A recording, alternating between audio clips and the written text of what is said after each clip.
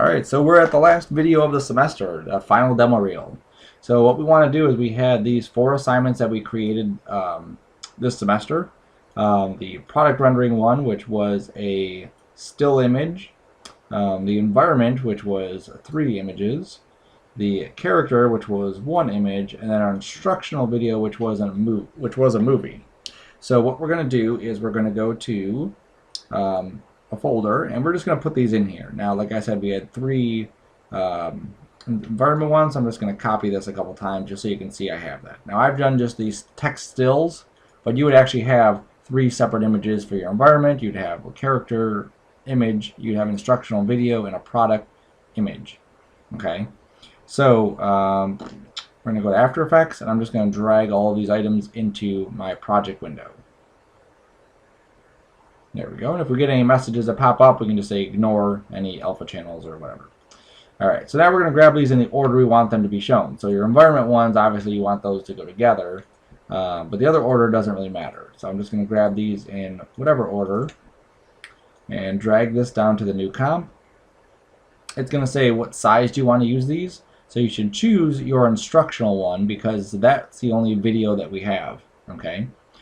For still duration, set this to 300, set this to sequence layers, and then we're going to hit OK. Alright, so now we should have our character, our instructional, product, and then our 3 environment ones. Alright, so now I'm just going to go through, and obviously the character one, because he was rendered a different size, probably doesn't fit perfectly.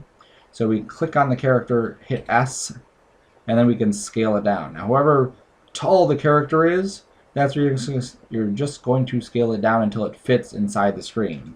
Okay. Now you don't want to stretch it out. You don't want to grab the handles and try to deform it into fitting because that would be bad. Just scale it down until that character actually fits vertically on the screen. Okay. And then the same thing for all the other ones. Just make sure that whatever is the biggest dimension, that's what fits on the screen. So once we have that set up, then we can just go to Export, Add to Render Queue. Go to lossless, change this to H264. Nope, sorry, change it to QuickTime. There we go. Then change this format options to H264. Hit OK. Go to the label here, and we're going to label this your last name underscore DemoReel underscore 2520 underscore F15. That way I know whose file it is, what class it was in, and what year it was in. And then you're going to hit render, and then it'll be done. Now once it's done, you'll have a movie here, and then you're going to turn in that movie into that turn-in spot. And that's it.